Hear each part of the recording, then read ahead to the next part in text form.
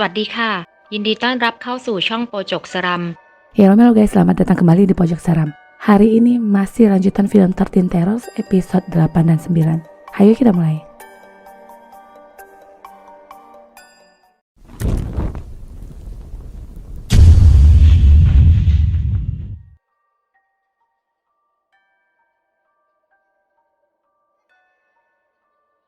Toilet sekolah selalu menjadi tempat terhoror, juga menjadi spot terbaik untuk menakut-nakuti. Seperti yang dilakukan oleh siswi bernama Gib yang menyamar sebagai hantu. Reaksi orang juga berbeda-beda, di mana ada yang mengerti candaan, tapi ada juga yang mencela. Berbeda dengan yang sebelum-sebelumnya, sebuah klip terbaru sepertinya agak keterlaluan yang sudah menyebabkan seorang siswi bernama Main masuk ke rumah sakit. Mengetahui itu, teman Main yang bernama Om menghampiri Te untuk mendampratnya karena dia jugalah salah seorang anggota dari klub horor tersebut. Te juga dihukum tidak boleh memakai perlengkapan klub sekolah sampai batas waktu yang tidak ditentukan. Malamnya Te menghubungi Gib untuk mengetahui keadaan Main yang adalah Ratu Prom Night tahun lalu. Di video itu Main memang terlihat sangat-sangat ketakutan. Video lalu diputar berulang-ulang dan Te menemukan ada yang tidak beres di salah satu bilik toilet yang di dalam terekam adanya hantu beneran.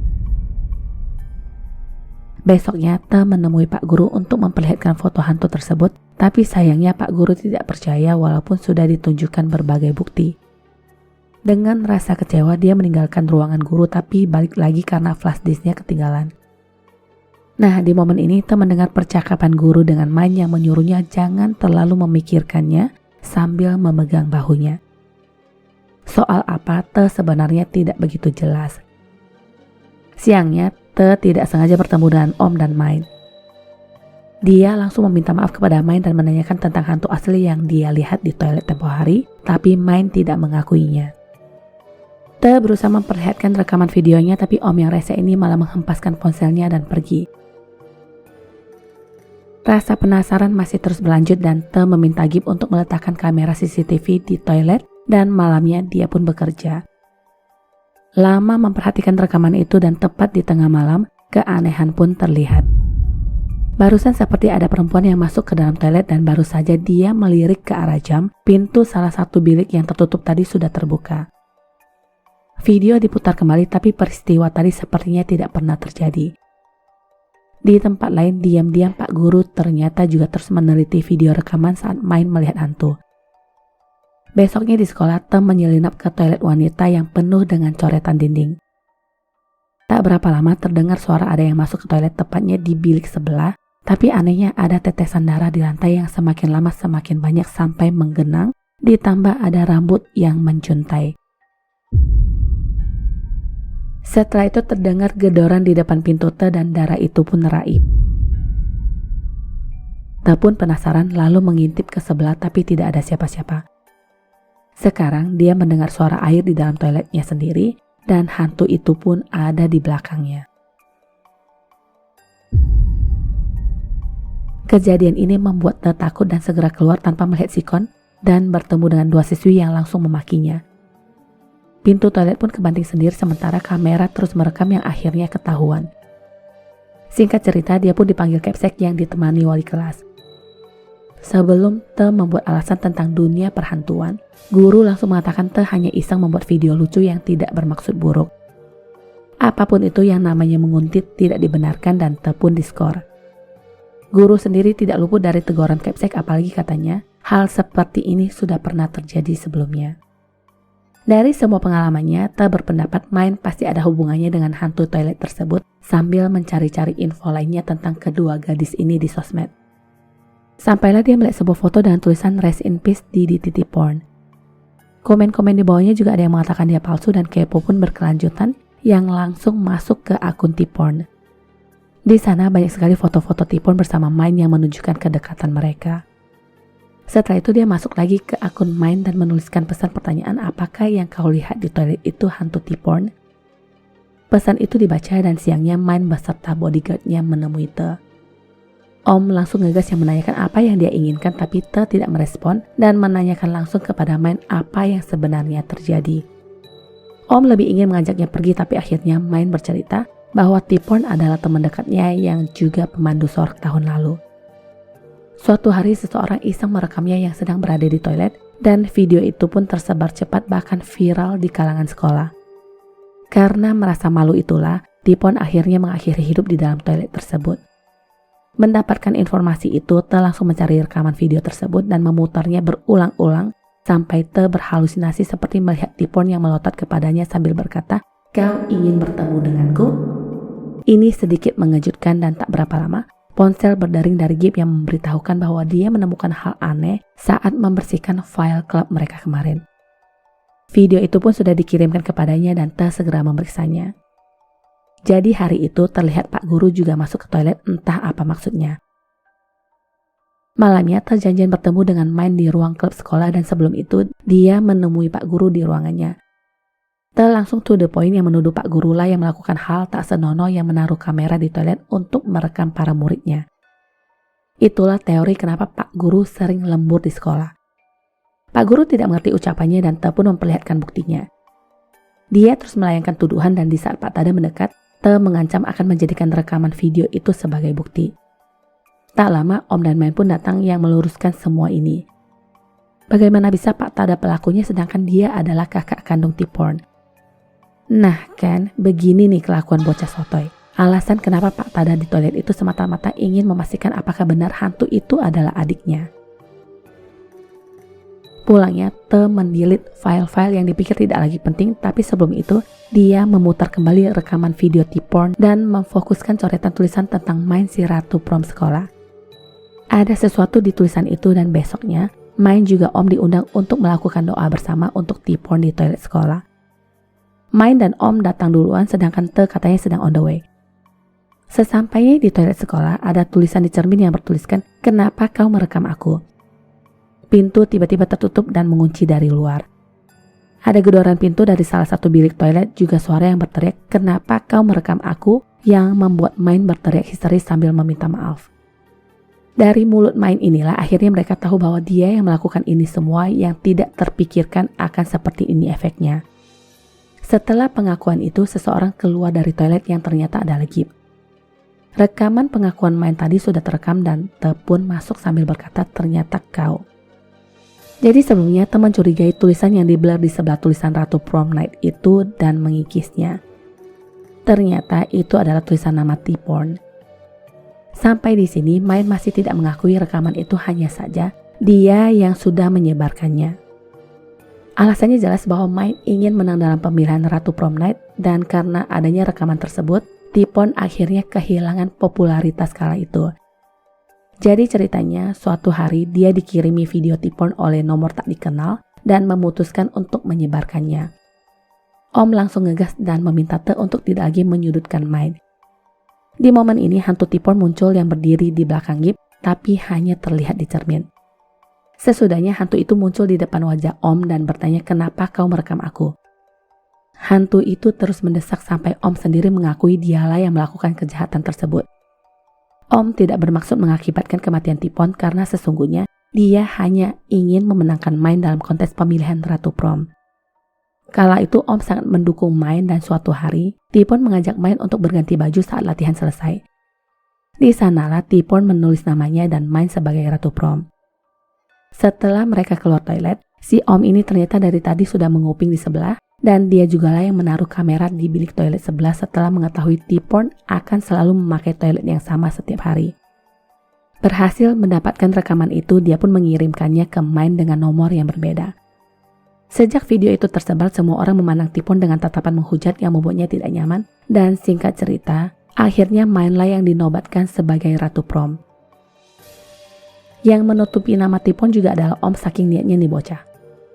Semua itu dia lakukan hanya karena rasa sukanya kepada Main. Melihat Om yang menangis, Te pun mencoba untuk membantu membangunkannya dari posisi duduk, tapi siapa sangka Om malah didorong saat Te berhalusinasi melihat perubahan Om yang seperti hantu. Dorongan pelan itu ternyata berakibat lebay yang membuat Om tidak sadarkan diri karena kepalanya bocor, sedangkan kamera terus merekam kejadian tersebut.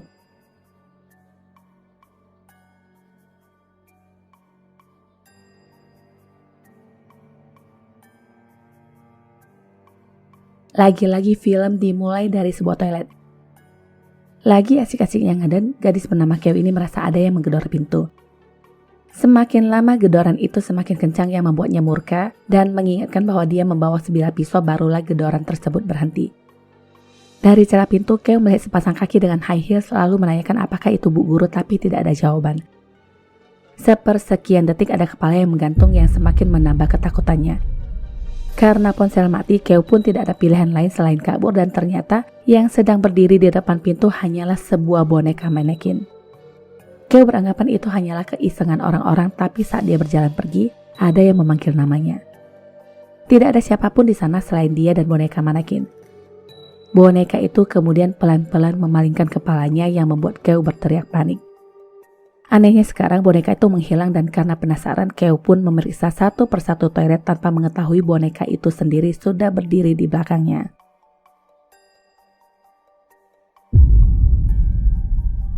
Pelan-pelan Keo memalingkan wajahnya dan boneka itu berubah menjadi boneka yang sangat menakutkan.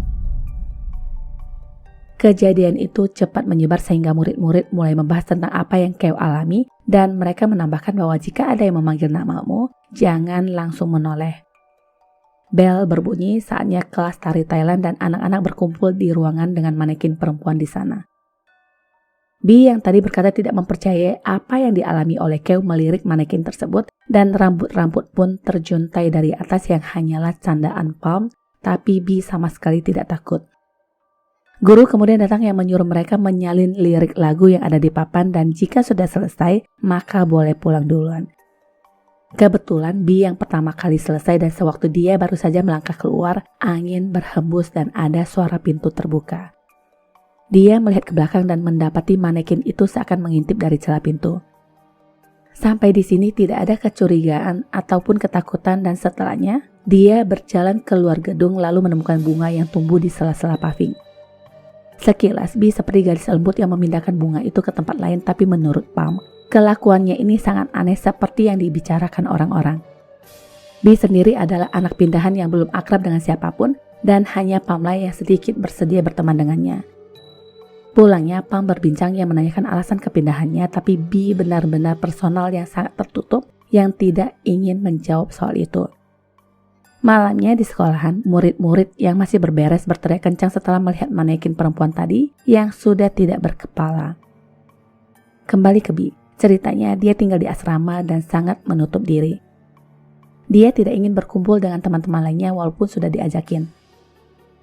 Ternyata di dalam tasnya inilah kepala boneka manekin itu berada, entah dia memang membawanya pulang atau bagaimana. Dia lalu membentur-benturkan kepala manekin tersebut sampai bolong dan di dalam kepala itu terdapat tanah juga tulang-tulang kecil. Ponsel berdering dari Bu Guru Alfa yang meminta bantuan Bi dalam kompetisi pembuatan keratong besok, walaupun sebenarnya dia kurang ingin membaur. Bi bertanya pada guru apakah roh manekin benar-benar ada, yang dijawab sebaiknya tidak memikirkan hal-hal semacam ini. Malamnya dia tidur seperti mayat tertutup kain dan terbangun saat mendengar suara pintu yang terbuka sendiri. Setelah menutup dan mengunci pintu, sekarang Bi kaget melihat sesuatu yang tidur di ranjangnya. Pelan-pelan dia menarik selimut dan semakin tidak percaya sosok itu adalah dia sendiri dengan baju penari juga tersenyum kepadanya.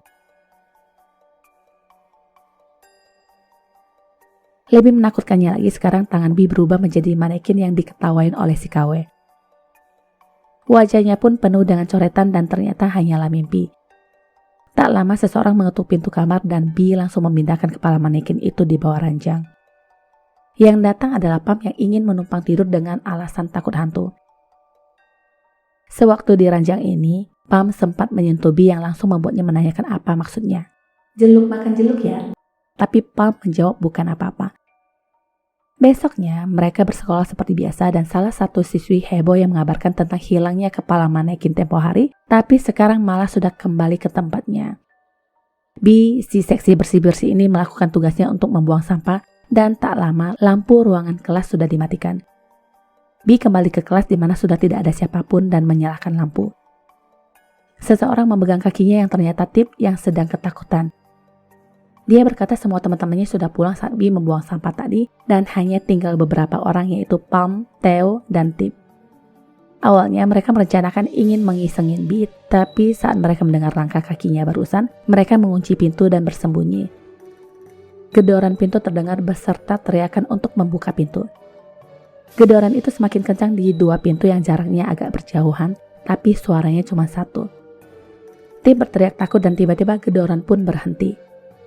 Pintu terbuka sendiri dan dua orang langsung menundukkan kepala dan berpencar sedangkan satunya lagi entah hilang kemana.